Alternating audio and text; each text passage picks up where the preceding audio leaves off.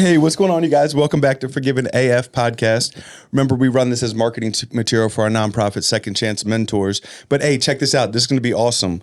Our guest today, Zach Rippey, we're about to get to mold three different ways, which I think is so special, between a comedian, a pastor, a podcaster, a speechwriter, like all the different things that I think are so important or so cool in life. He's basically doing them all. So when I kind of came across his page and I saw what he was doing and someone else recommended and said, man, you need to meet this guy.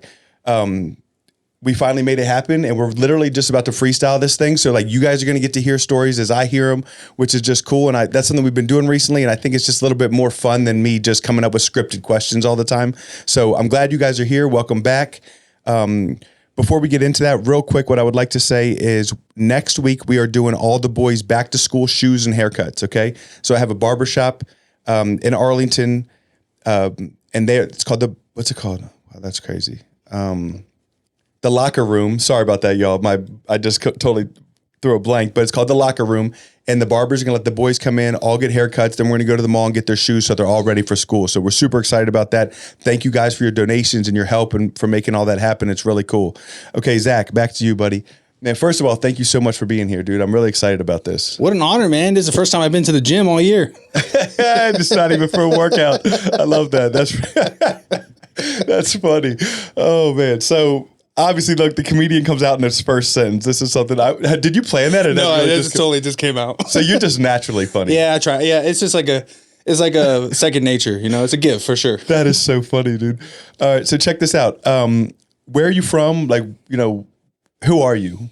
Man, I am Zach Rippey, and that's my identity's in Christ, though. And I'm from actually Florida area. I grew up in Florida, Miami area, for Fort Lauderdale area from 0 to 14, and then 14 till about 25. I lived in Tampa. So my adolescence was about in the outskirts of Tampa area, and then I moved to Texas at 25, and I've been here for the last 7 years. And man, the Lord has just showed up in a big way. My wife and I, we were feeling this pressing to take a leap and move to the DFW area because her family was from here. My oldest son, Noah, who's with me here today, he was actually going to South Carolina due to his mom being stationed in the military. And we decided to take a leap of faith and just go start our life out here because the comedy scene was bigger and better. And then my wife's family was here. So for me, that was my dream, was to be a stand-up comic. And I really wanted an opportunity to be on stage as much as possible. And I understood that would be a lot easier if her family and her support system was here because I'd be gone a lot of the times, a lot of nights, essentially. And once we started having our first child together, I wanted, you know, her to have all the things that she wanted in her life while I was still chasing my dream.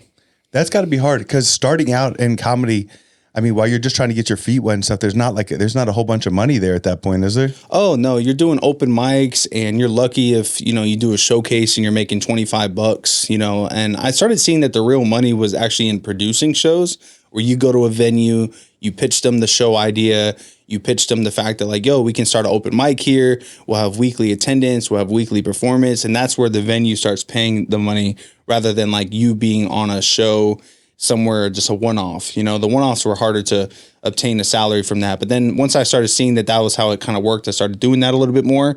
And I was getting into the position of being able to provide for my family full time with my wife staying home to be with our firstborn son that her and I had together.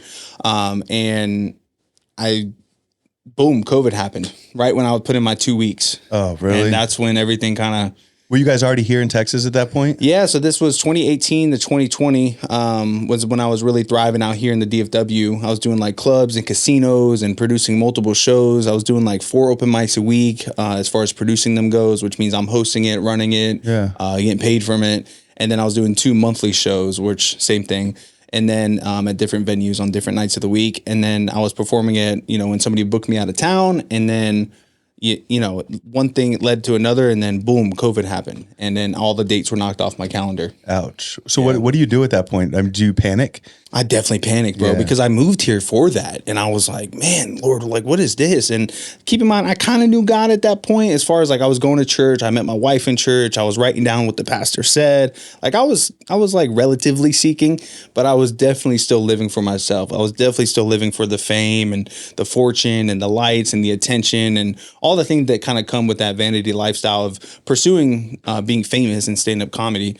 And once COVID happened, I started seeking wisdom from the Lord for the first time. I was like, yo, let me get in the word and see what he says. Yeah. And I cracked open the book of Proverbs, and that's the book of wisdom.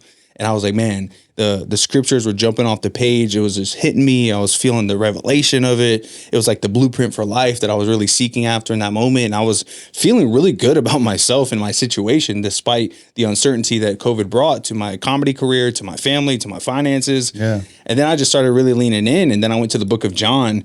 And then once I read the gospel, everything changed. I was like, yo, I can no longer live for me. I have to live for Christ. He died for me. I have to live for him.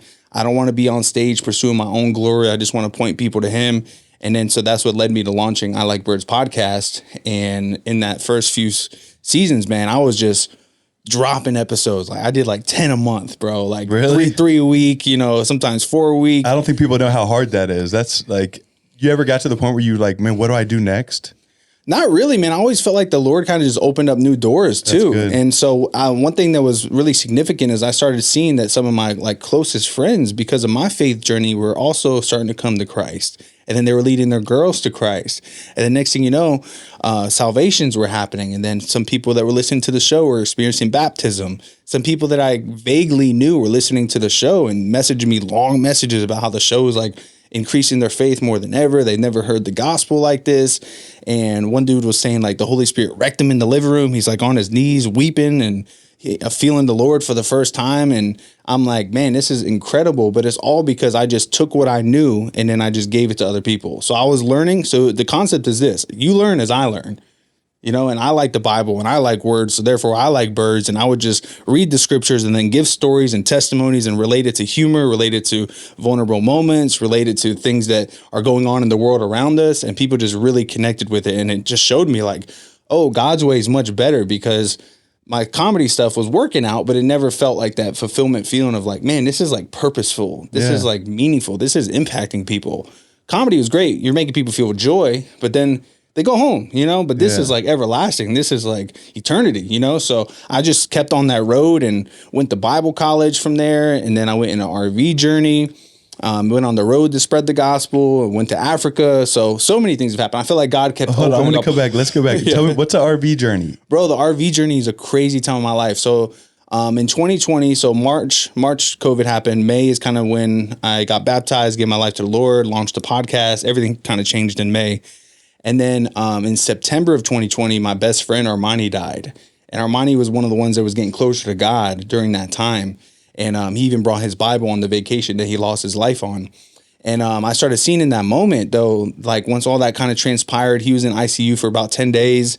And we were rallying on the podcast. We were, you know, getting people involved to pray for him. We were uplifting him. He was, you know, obviously he was brain dead for the most part. We're just praying for miracle, and the miracle never came. But it did come in his body in a different way that we didn't really understand in the moment, but we understand now that his body was actually used for organ donation. That's good. And he was able to save 3 lives with his body parts. And that was just a beautiful thing that we got to experience on that side of it. But in that moment, man, it was like, life is short. You know, life is short. What are we doing? You know, are we going through the motions every single day, even though we're believers in God? Are we not stepping out in faith? Are we not living a life that glorifies God?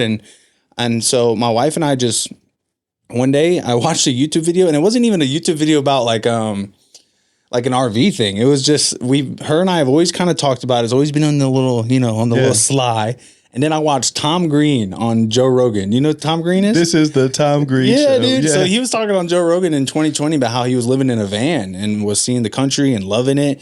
And I watched that, and I felt so much from the Lord in that episode, because I don't even really like Tom Green. And I'm over here watching a 3-hour podcast of him.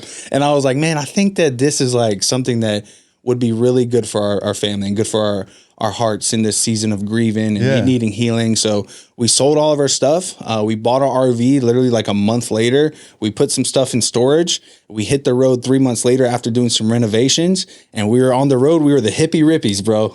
I think that's freaking awesome. I'm not going to lie. Me and my wife have talked about the, retirement life, like getting the van and decking out the van and just cruising. I'm telling you, it was so life-giving. Like we talked about it. I even posted a story about it today because of like a 4-year memory popped up about it. But yeah, man, we went to 8 states in 4 months.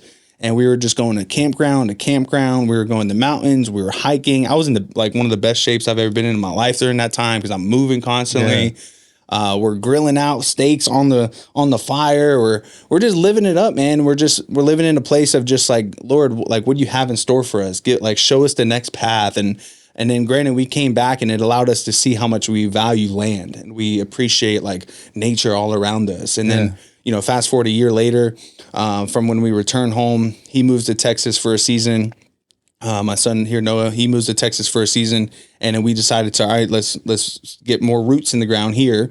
And then so we ended up on land, family land that's 40 plus acres. That's cool. And with like a pond, and now we got goats and chickens and dogs, and we're doing it. We're trying our best. We've been out there 3 years, and so the RV journey led to another thing that's been like, just so much from the Lord and such a gift from him, and it's been so cool. That's good. I think it could really be special to get away from the technology and the fast hustle of life and the go, go, go, go. You know what I mean? Like when you talk about that, just getting away from all that, I think that it would really help I know my relationship, the phone is probably my biggest distraction. Yeah, no, it is. It's designed that way to keep you hooked too. Yeah. And you start to see, when you don't have service, you use it a whole lot less, because those campgrounds and those mountains, you don't got service. And also you're away from everything, you're away from people pulling on you. Like we posted, we were going and it kind of created a little bit of a space, between us and people, which was kind of nice that I think we needed because it got us closer as a family. We made unforgettable memories. We did excursions.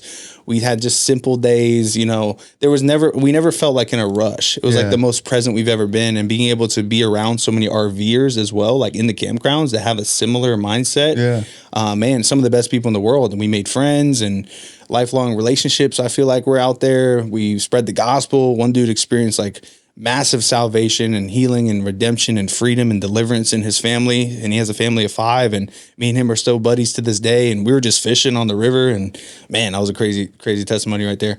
And it was just cool, man. It was just one of those like chapters of your life where you're like, man, we want it back. So we did buy a travel trailer recently, and we've been camping. So we booked Jellystone today. That'll be cool. In Tyler, Texas for the end of the month. And we're pumped about it. That's exciting, man. So tell me real quick, because I know you kind of hit on it. You said, I like words and I like birds. Can you, and I know that was like 5 minutes ago, but I don't want to forget to go. What is I Like Birds? What is that? Yeah, so I Like Birds is my podcast that I felt very much so from the Lord that I needed to call it that. I was coming up with all these like weird religious names when I was trying to launch my podcast, like, Faith Journey, Documented, like, I don't remember what they were, but they were just long and not catchy at all. And then I'm outside and I'm reading the Word of God because obviously it was during COVID. Like we were on lockdown and the birds were free, and I'm reading the scriptures and I'm seeing birds everywhere in the scriptures, as far as like sparrows. And if he loves the sparrows, how much more will he love you? And the Holy Spirit descended on him like a dove, and the story of Noah's Ark with the dove and the ravens with Elijah. I'm like, bro, there's birds all up in the scriptures. What's going on here? And then so I just was looking at the birds flying by while I was outside, and I was like, I like birds. I've always liked birds. I like birds. And then as soon as I said that, I like the Bible and I like words. So therefore, I like birds. I love it. And it all just came together, bro. And I'm telling you, it's been I think it's been the door opening icebreaker that is so needed to be able to tell people about Jesus without being religious with it, because that's good. Yeah. People see the logo and they're curious about it. They're like, they like birds too. They come up and tell me their favorite species. And I'm like, yo, but you know about Jesus, you ever go outside and you hear birds chirping, you start thinking about God. Yeah, that's for a reason. So good, dude. Yeah. And then the frequency of the birds too. I was outside grilling last night, no phone. And lots of birds were chirping at different frequencies, different sounds. And I was like, man, I feel like, music does something for the soul. Like I truly believe birds, frequency and chirping and singing also does something for the soul. And I'm gonna live by that. I didn't even research it. I didn't chat GPT it, but I'm standing on it as facts. That's good. I like that, dude. Oh, that's so funny. So you said something about how the I Like Birds can bring, opens conversations and start thinking, about Jesus and stuff. So today, and we talked about this a little bit earlier, today you had said something, you're like, Mansfield Jesus Club, I'm coming today, and I'm bringing comedy, vulnerability, and truth, right? Was it humor? Yeah. Humor, vulnerability, and truth. And dude, like I literally stopped where I was and I started thinking to myself like, wow, that's so good, because a lot of times us as Christians nowadays, and obviously not new, I think you have this figured out, but a lot of us, we just sometimes just hammer truth. We just go straight to, or even sometimes what we think our truth is. You know what I mean? Yeah. And actually nowadays truth is so distorted. But anyways, what I'm trying to say is we just start hammering truth. But if I like your take on it, like if you can start with humor, make something funny, right? Then come with some vulnerability and show them, look, I've been through this, or this is what I've been through, or look how hard things are. You know what I mean? And then start. It's almost like that saying, no one knows how much you care, or no one cares how much you know till they know how much you care. I know that's really different, but at the same time, I like the way that I just feel like it's a path that can actually, like, someone can hear the truth if you've come through humor and vulnerability. Does that make sense? No, it makes so much sense because, man, humor breaks down the barriers that people have, because a lot of times people are unsure, especially me. I'm so like in social settings, bro. If like I'm at a store, like my best friend, Mikey, he loves/hates going places with me because he knows, he calls it making a scene. I call it just being a light. He says, hey dude, don't make a scene. Yeah. And I'm just like, it's just because I'm not afraid to talk to everybody and anybody. And I'm not afraid to like press those, like, I don't just say, sometimes I do, I'm not perfect at it, but I don't just say, how are you? I say like something like wild, but like to get you completely off guard, opening up to being able to be like, oh, this is a real present conversation. I like snap reality into people in social settings. And I feel like that's humorous because like we're going to have fun when we first interact with each other. And that allows me to, connect with you deeper. Yeah. And then I care. I'm not just like here for me. A lot of times I'm like, yo, I want to pull things out of people. So instead of just, small talk and being like, this and that, I'm like, yo, how's your life going? Like what's been on your mind lately? Asking like questions that really like, whoa, somebody hasn't asked me that in a long time. That's especially good. if somebody's like not married, Yeah. like, and they don't have a significant other. It's like, how many times people just need like real connection. Even if they are married, do you know how much? Yes. Probably especially if they I know, are married. going through the motions and like, yeah, exactly, bro. So like just pulling real things out of people. And that's why I love the podcast too, because I've been able to sit across from people and just, bro, we had a streak one time of like 10 people in a row crying on our show because it's like, we bring that out of people. Yeah. That vulnerability, it's not just me being vulnerable, it's allowing space for them to be vulnerable because vulnerability cultivates connection. Yeah. And if you can connect with somebody, you can give them that truth.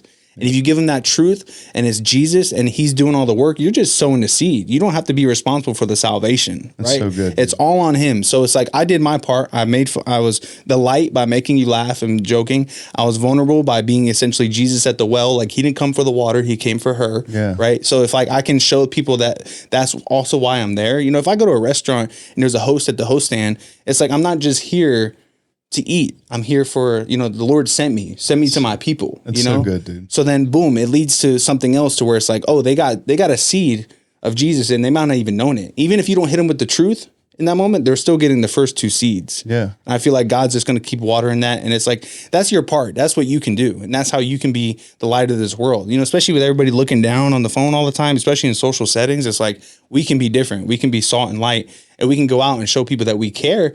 And it's a lot of times it's like, it's good for your soul. It's nourishing to your soul to be able to connect with people like that. And you learn stuff about it. Like, so you saying today that you like the humor, vulnerability and truth thing, that tells me, all right, now I need to like make sure I'm talking about that consistently. And I need to make sure that that's like part of what I'm, sharing about when it comes to speaking, because if you connected with it, that means somebody else is going to connect with it. Yeah. And then boom, it'll blossom into something more real. And it's just more souls for the kingdom, baby. That's so good, dude.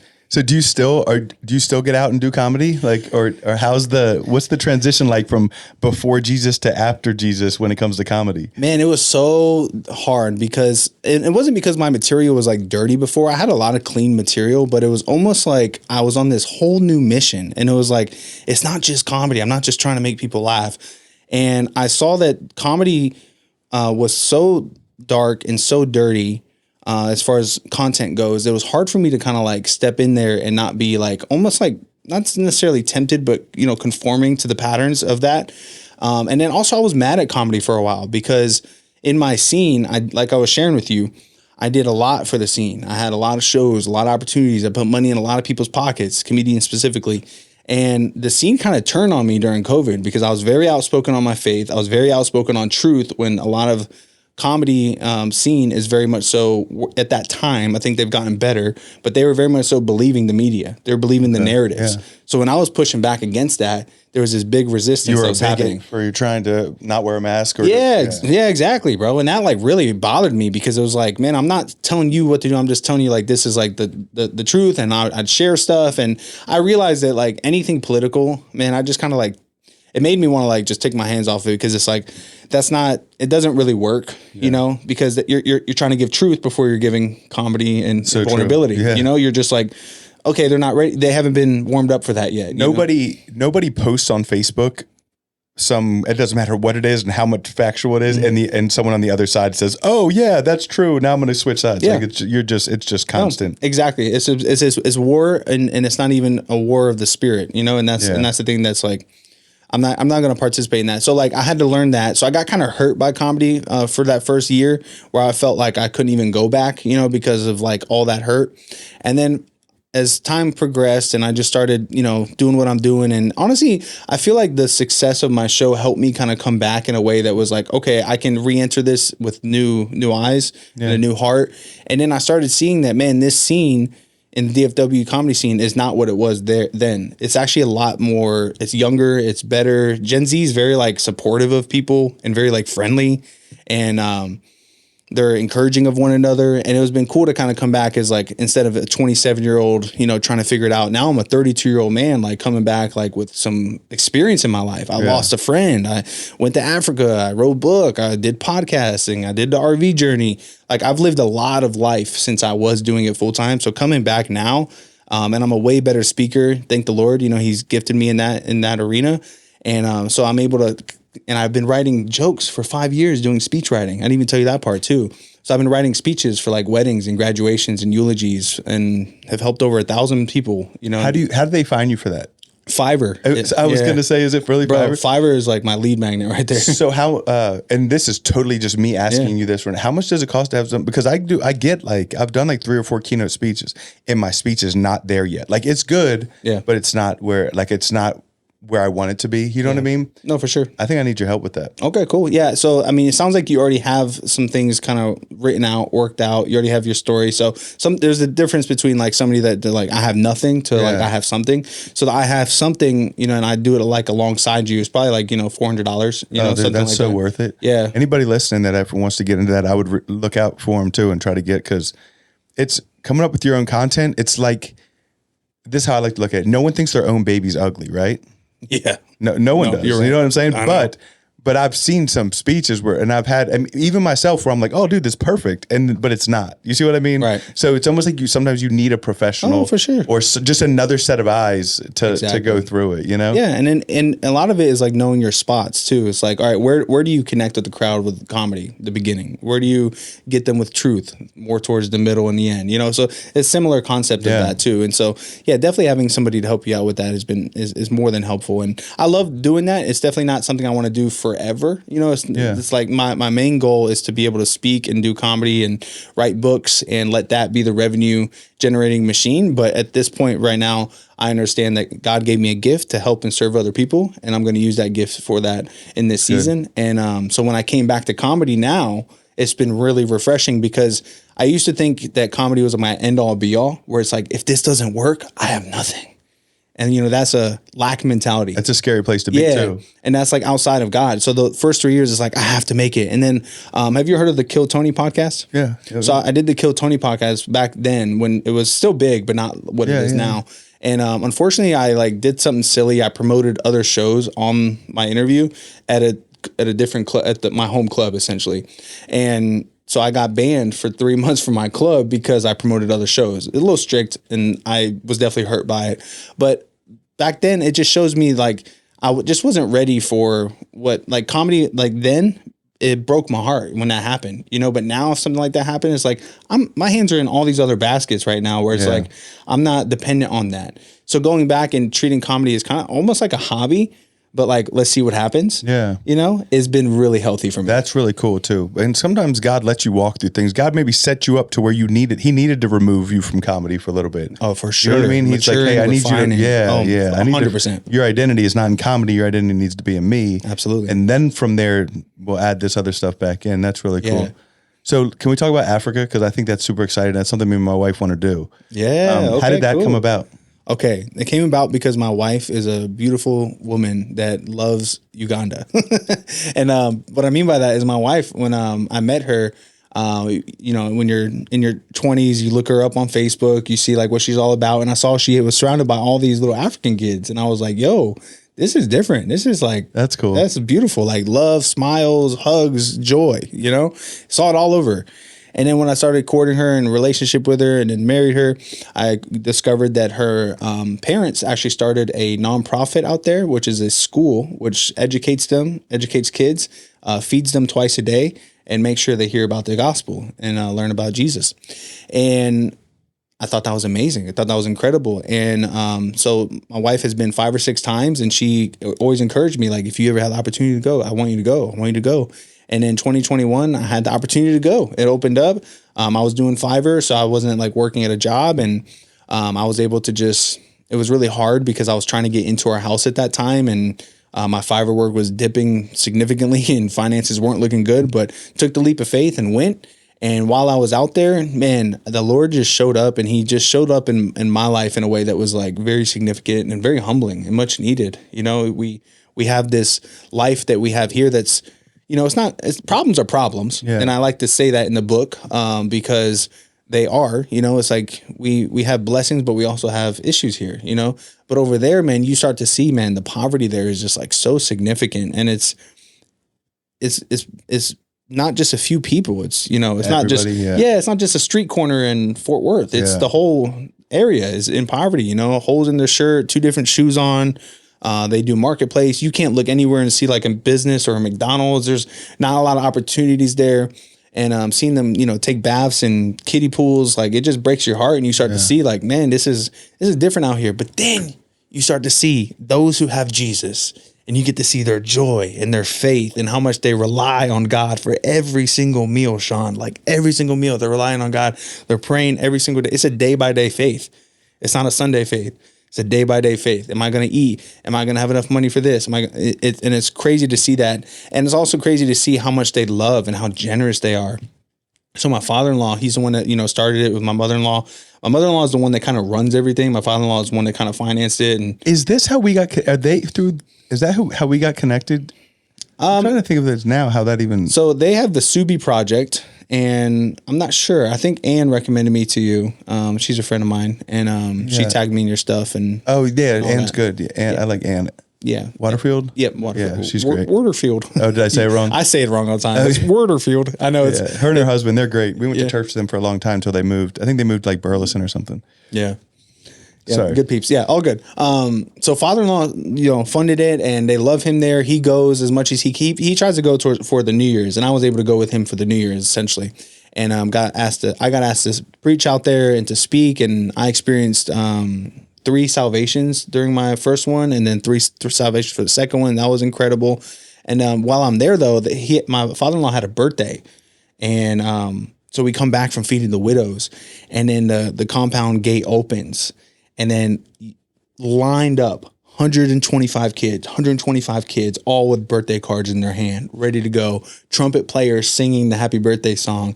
And then my father-in-law pops his head out through the window. And he's just like a king, but like just filled with love, just like waving to everybody, just being goofy and fun, And then they drive him to a classroom, one of the classrooms at the Subi project. And we go, all the kids like run straight to the classroom, like to beat him there. And then he gets out, he walks inside, and then bro, everybody's in there with like confetti and bro, just like the electricity of love that was in that room. They really appreciate him, huh? They do. And they just value people, and they just love people. And especially because obviously he's changed their life, and he's impacted their life and given them education, given them an opportunity, and just truly loves them and knows them by name. And then so all that moment was just so like joyful, and I'm just, weeping tears of joy for the first time in my life in that moment. I'm just seeing the generous heart. And then we go outside and they start playing soccer, and, they're having fun doing that. And my father-in-law sitting next to me, we're having conversations about life. And then he just starts casually pulling out the birthday cards and starts looking through them. And the first one he pulled out, he opened it, and out fell money, shillings. And it doesn't sound so significant to us, but for them, that's like their dinner. Like they gave. It reminds me of the lady in scripture that went up and gave her only like couple pennies, and Jesus was like, she gave more than you guys who've been making all this noise and throwing all this stuff in. Exactly, bro. And that was the heart posture behind it. So like, it's so weird to think that we're going there to be generous and to buy rice for the widows and to help people build houses and to feed people and educate them. But yet their generosity back to us was like so much more impactful. And maybe it's not more impactful, but maybe it's just impactful to the way we feel, because it's like so genuine. They write letters and they draw pictures, and they give Bible verses to back up like why they drew certain pictures. And there's just like a deep connection there, and they just love so deeply. It makes me feel guilty because I literally like get annoyed when I have to fill out a birthday card. You know what I mean? Like it makes me, I just like scribble my name on. My wife's like, here, you got to sign this card. And I just like write my name and move on.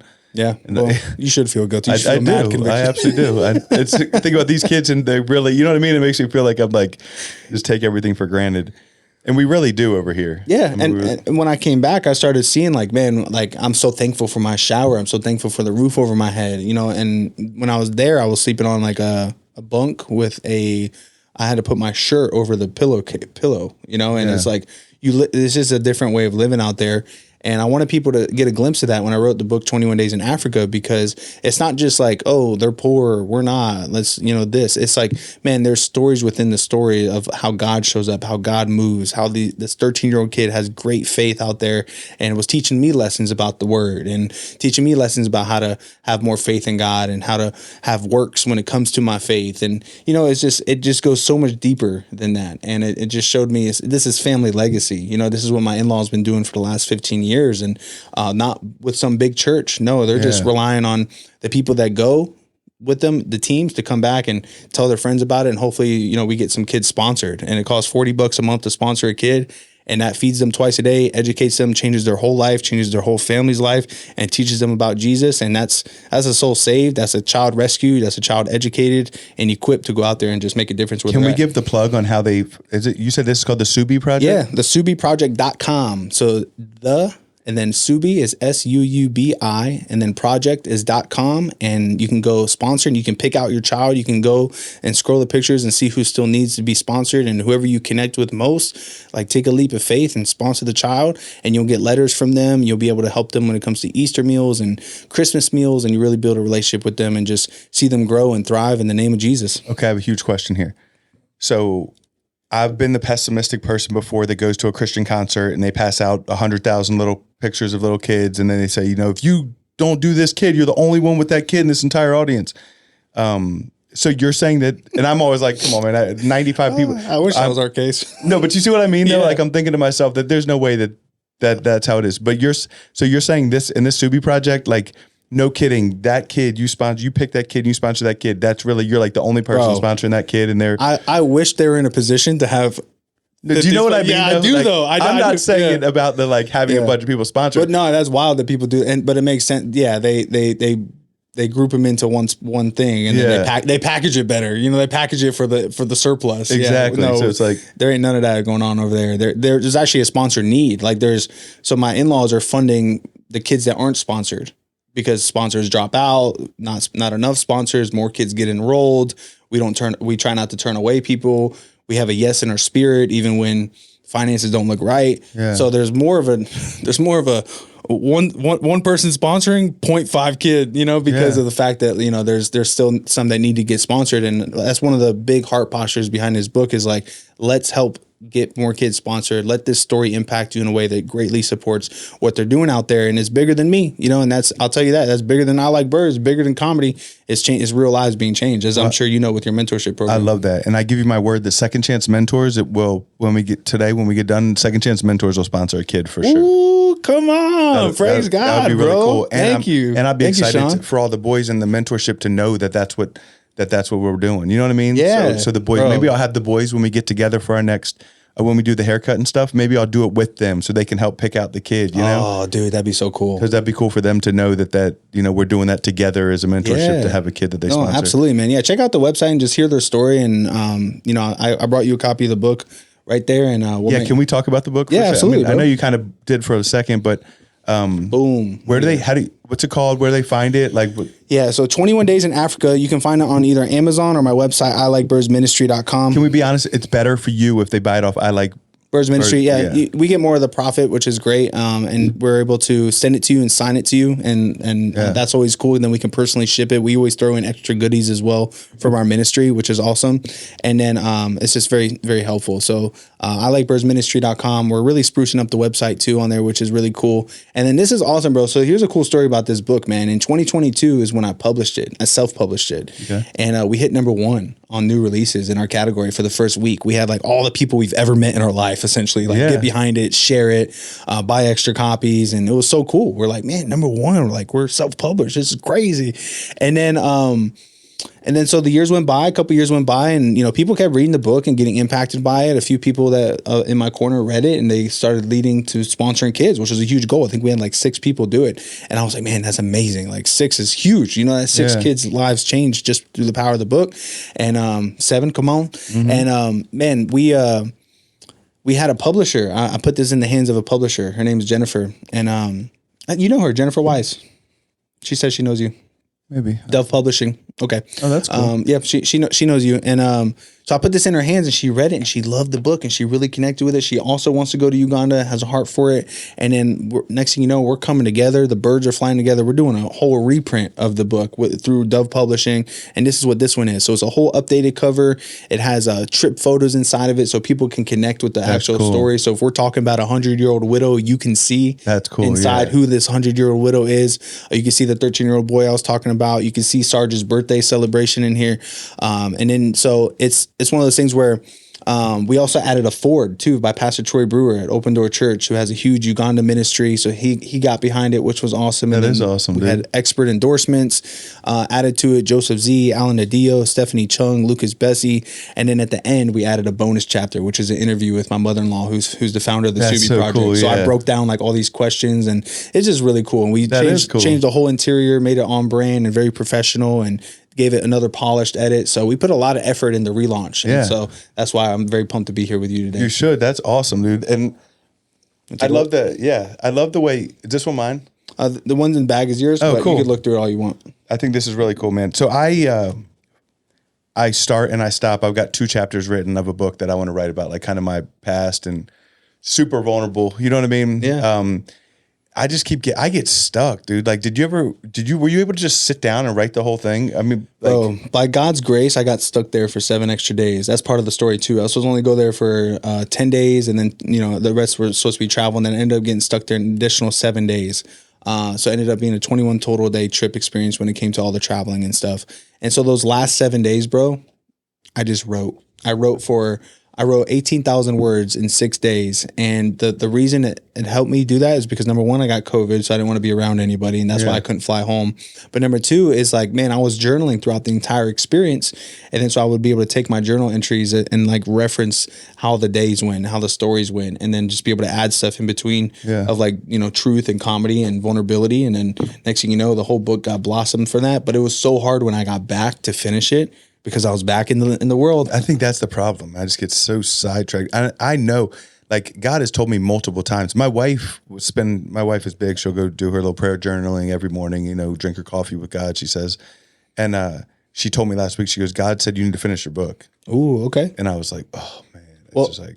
So what I recommend is definitely creating space for it. So like booking a trip with just you, bro. Just you and God. Go to a cabin, go to an Airbnb, go somewhere away from here, no distractions, and just lock in, bro. Lock in. And I always recommend for people, because people ask me all the time about the book stuff, because I'm also a writer and stuff, but brain dump. So just get it all out. Don't worry about formatting and structuring and editing until after, because those are 2 different sides of the brain. So one side of the brain is for creativity and writing, the other side is for editing. So you want to make sure that you separate the world. So just knock it all out. Boom, boom, boom, boom, boom. Try to hit 3,000 words a day. Make that your goal. And then by the time you get back from your trip, you'll be more than halfway through. That's good. That's really good. And there's a lot of people, a lot of people in prison listen to this podcast. And I know a lot of people in prison have awesome stories. And when my 7 years in prison or 6 years in prison, I heard hundreds of people say they wanted to write a book. Come on. So that's great advice right there. If y'all just heard that about how you can structure it and how you can just like, hey, put it all out there and then come back and worry about the right apostrophe and the periods in the right spot, because I get stuck in that. Right. You got to get out of that. Bro. And so I'm like stuck on the same sentence for 15 minutes. Oh, does that word need to be before this word? Or wait, does it need to be restructured? And I'm stuck on the same paragraph for forever. And that's tedious, and that makes you hate the process. Yeah, it does make me kind of like dread it. Like, I'm like, oh, I don't want to. But if you just go and you're like, you're like kind of rapping with it, you're on beat with it. You're just kind of flowing, and you're not worrying about bro. Sometimes I'll make a mistake, and I'm like, I'm just gonna keep going. I'm gonna keep going because I'm trying to get the idea. I'm trying to flesh it out. I'm trying to go with it, and then I like to say this, like when you start a paragraph, some of the best advice I ever heard is this: is you start one sentence, and then let that sentence be what the rest of the paragraph's about. And then, you kind of just keep connecting those dots on that. Yeah. And then I always encourage people, man, if you have a book inside of you, please do it. Please write it. Please publish it, because it doesn't have to go #1 on Amazon. It doesn't have to go #1 on New York Best Times. It doesn't have to be picked up by a publisher. This is your business card. This is what you can put in somebody's hand. That's what I need, because I want to get on stage, like not get on stages, but I want to be able to give more talks on addiction and overcoming. I had this low self-esteem forever, and that's why I got into selling drugs. It wasn't because I wanted to make a bunch of money ever. It was because it made me feel important. I say this a lot. It's not, that's so interesting. It made me feel valuable. It made me feel special. You're the man. You're the plug. Exactly. Yeah. So, and I know that there's so many young men deal with that same thing that just end up in different paths of just negativity because they feel valued in that path. You know what I mean? Yeah. So, and that's kind of what Forgiven AF too is. And it's forgiven and always faithful. So the reason I just hit on that is I had some guy this week tell me like, Sean, I thought you were a Christian. Like, and I thought this was a Christian podcast. Why do you have AF? And I did it because I wanted to catch people's attention. Like I wanted them to be like, I wanted that shock factor. You know what I mean? Just like I like birds, bro. It hits. And I knew it had a different story. I didn't know what it was. And you did? Awesome. Yeah. Okay. But I felt bad. And I even second guessed it. I didn't sleep. I've never not slept. I sleep really good, but I definitely lost sleep one night because I was like, did I mess up in that? And this is 4 years ago, 3 years ago. And I'm like, did I mess up like in doing that? Like, am I pushing away the too good Christians that, you know what I mean? Like, how could he name his podcast that? Nah, bro, because you're not trying to reach the church right now. You're trying to reach that's good. the lost. That's good. That's just who I'd rather reach. Yeah. Anyway. And because this connects with people in the world. The Forgiven AF, this is culture right now. That's how culture speaks. So it's like if it doesn't represent that, it doesn't represent that. This represents kingdom. So when they find out about it, they're looking at this and they're saying, oh, okay, they think it knows what it means. Then when they find out what it means, they value it even more because it went against like what they thought in their head. Thank you for that. No, bro, it's 100% a great name. I do feel like it's chosen by the Lord. I think so too. Because it's a magnet. It's going to pull people in that need to hear it, need to hear your story, because your story is going to be able to reach those people, like you said, the kids that are seeking out that validation from the world. And it's like, bro, Christ is your identity, and you're talking about this in a way that's I know that just went completely left, but for some reason it like caught my attention. I felt like, and you just gave me the perfect reassurance from the Lord. So thank you for that. Hey, you're welcome, man. That's what I'm here for. Yeah, it is. That's not the gym, right? No. That's not the gym. I walked right by everything like, well. He's like, this looks really cool. And then you came in all swole looking like Andy Elliott, and I was like, dang, I should at least got a rep in or something. got a little pump. That's not true. So what's next? What's next for... Yeah, man. Well, it's been really cool because I did a comedy show this past Saturday, and I actually, instead of separating the worlds, I felt like I brought the ministry with me. My material was very clean. It was very much so like I had a small testimony in it, and it's funny when you're crushing it and getting a lot of laughs for the first 10 minutes, the audience will give you that margin to get serious for a little bit. And I realized that I had an epiphany of it for the first time. It's like, man, just make them laugh, make them laugh, and then get real. Yeah. And then end it with another laugh. And that's a great comedy set, And so I even wrote a really good joke about this book, I had this lady come through to one of my shows. It was a true story. And she came through, and at the time, this is the 2022 version of this book. She came through to the event, loved it, laughed, had a good time, and then she tried to buy the book, and I didn't have a card reader that she can like scan, and I only had Venmo, and she almost like lost her mind, dude. She's like, now I can't get the miles. I can't get the miles if I can't swipe the card. I don't want to use Venmo. I don't get the miles. And she started getting like real fleshy on me, right? Yeah. And then I was like, okay, I'm so sorry. Like at least you're not, wasting, 3 minutes of your life on this conversation. But, and then, so she stormed off, went away, went to go think about if she wants to download Venmo or not. And then I sold books to a couple other people. She comes back, she ends up downloading Venmo, buying the book. I was like, oh, thank you so much. Then she asked me to sign it. And I was like, all right, bet, like, what's your name? And she's like, oh no, don't put anything other than your name. It's worth more if you just put your name. And I was like, yo, how selfish is this lady going to be about a Jesus book transaction right now, funny. And then so I signed it in my worst handwriting ever, which just happens to be my natural handwriting. And then I gave her the book and I said, man, this is the last time I invite my mother-in-law to one of my shows. Good, yeah. So boom, you get a big laugh. You go off stage. You're like, yo, buy the book, $20. So come on, come support me. I'll be over there, And then so people they laugh, they connect with the story, they connect with the comedy, they connect with your story. And then they came in, bro, we sold like 7 books. There was about 50 people in the room and, 7 books sold. It was a huge opportunity to go home with some money in the pocket, but also more so get this book out there in the hands of more people in the comedy space, in the dark red room, which I thought I would never be able to go back in there and do both, but I just was like, you know what? I'm going to be different in the comedy scene. I'm going to bring the ministry with me. I'm going to bring I Like Birds with me. I'm not going to like hide that away. I'm not going to try to be like them. I'm going to be me in Christ and show up. And I truly believe God's with me on stage now. And it feels so much better than it was when he wasn't. And being able to have this new perspective of like, man, God can use this comedy in a way that glorifies him. And it's not just always like the material. And that's the thing. I locked in on the material too much. I was like, man, is this like glorifying the God? Is this joke glorifying the God? This joke's kind of racist, but is this glorified? You would like go through like some mental things like that. But then I realized like, man, sometimes the Lord doesn't just use that moment. He uses what happens before stage, what happens after stage as well. Yeah. That whole community that I'm impacting and I'm reaching, all those audience members that are talking to me after the show. It's like, those are ministry opportunities. That's doing it for the one. And so having that heart posture and going into this next season of, sharing about the book, but also just getting in front of more people and just sharing what the Lord's done with me in the last 5 years, I feel like is the next thing. And I have another book in the works called Me, Armani, and Jesus about my best friend who passed. And I got that 40,000 words deep, just need to structure it and edit it. And then boom, we're publishing that one as well. So a lot of exciting things. How big, how many words are in a regular book, like in a book like this? So this one's probably like 35,000 words. Okay. So this one's going to be, the next one's going to be a little bit bigger than this one. Okay.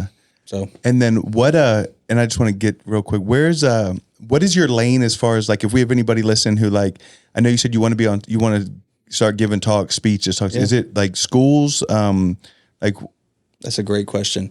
It's hard for me to like pinpoint that right now because I've spoken in prisons, I've spoken in locker rooms, I've spoken at churches, I've spoken everywhere, anywhere they can have me. But it's hard for me to really tell like what's the sweet spot. I like talking to the church because I feel like the church needs to do more for Jesus. Yeah. And so I like to inspire them to put on the jersey of Christ. I like talking to the youth so that they understand that their voice for Jesus is never to be underestimated because God can use every season, every low, every high for his glory. Yeah, there's no junior Holy Spirit. Right? Yeah, exactly. So I like talking to everybody. So right now I really feel like, conferences and churches would be a great opportunity because they happen a lot more often than anything else. Yeah. Every Sunday, every Wednesday, there's church service for the most part. So I'd love to come speak to churches. I'd love to come speak at events that need some life and some joy and some comedy.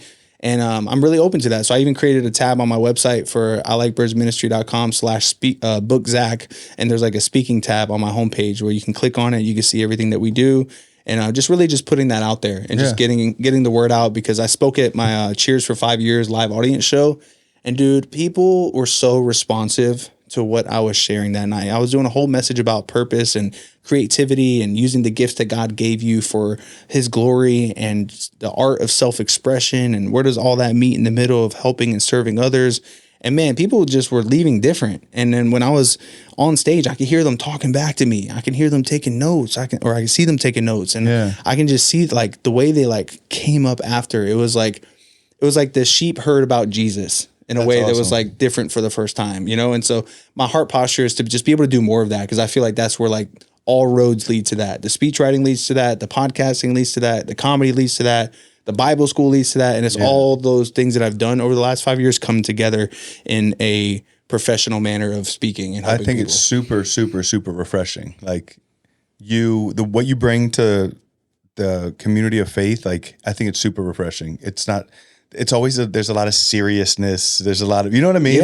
And I feel like that can kind of get boring. I mean, I hate to say that, it sounds, but the spirit of religion. The spirit of religion, exactly. And the spirit of religion don't like me very much sometimes, and that's okay. But you got to keep doing what you're doing because it's going to work. Last thing I want to ask you real quick is, can like social media handles, stuff like that, so people can find you? Yeah, I Like Birds Ministry on Instagram, and then I Like Birds podcast on YouTube. And then I Like Birds podcast on TikTok, and Zachariah Rippey on Facebook. If you want to just be my friend. Yeah, I'm your friend now. You're my friend. I'm your friend. Thanks, Sean. Hey, dude, thank you for doing this, bro. I really enjoyed. Hopefully we can like actually be friends because let's be friends, bro. I know that sounds kind of corny, but dude, your energy is contagious. I really like it. Thank you. And I'm excited to just see what you got next. And I definitely need your help with like a few things. Okay, cool. So we'll do that. Thanks, bro. You have anything you want to say before we finish? I want to ask you one question. I feel like when guests come on, they oftentimes are the only ones that get asked questions. So I like to always ask a question if I'm presented the opportunity. Sure. Okay, so what has been the most significant thing you've learned about God in this season? In this season, so I've made some big changes in my personal life when it comes to. So I was on a walk, right? And I was just kind of struggling and down. I wasn't feeling really good. And I was like, God, what's wrong? Like, what's going on? And he told me, Sean, you need to get off of everything and rely on me, is what he told me. And I've always considered myself clean, okay, because I don't use any of the hard drugs and stuff like that I used to. So one of the things I've done is really recently that I've really made a huge difference is I've like kind of stepped away from drinking like I was doing. And just to see the difference, like when I obey what I feel like God's telling me to do, you know, I'm not perfect and I'm not like completely clean, sober, right? Like I have a drink here and there, but that part of it, like I was doing, it was becoming an idol to me. I was thinking about, I can't wait till Friday to drink. And I was thinking about things like that. And so being able to do that has really been made a big impact on me, but also it's my marriage.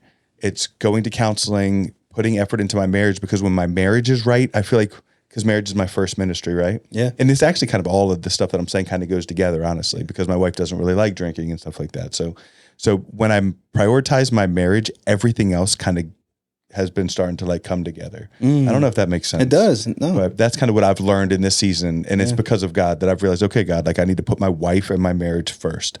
A lot of times I put my son first, thinking, and this is bad thinking, but I've gotten to where I'd be like, well, this is my son from my previous wife. So he like came before her. So like I always felt like I had to protect him. You know what I mean? Yeah. Like that's a hard dynamic to figure out in a marriage, right? So now just learning that, look, that's my son, but this is my wife. Like God gave me this woman and God gave me the perfect wife for me. She's strict. She loves the Lord. Like, you know what I mean? Like I needed exactly what God gave me. In prison, this is how specific I can say it is. And sometimes I feel vain about this, but God says to be specific, right? So I used to lay in bed in prison and say, I want a petite blonde female with no kids that is successful and will love me and give me a second chance at life. And bro, he gave me like to a T exactly, that loves the Lord. Like he gave me exactly what I prayed for, dude. Like, I mean, it could not be more exact.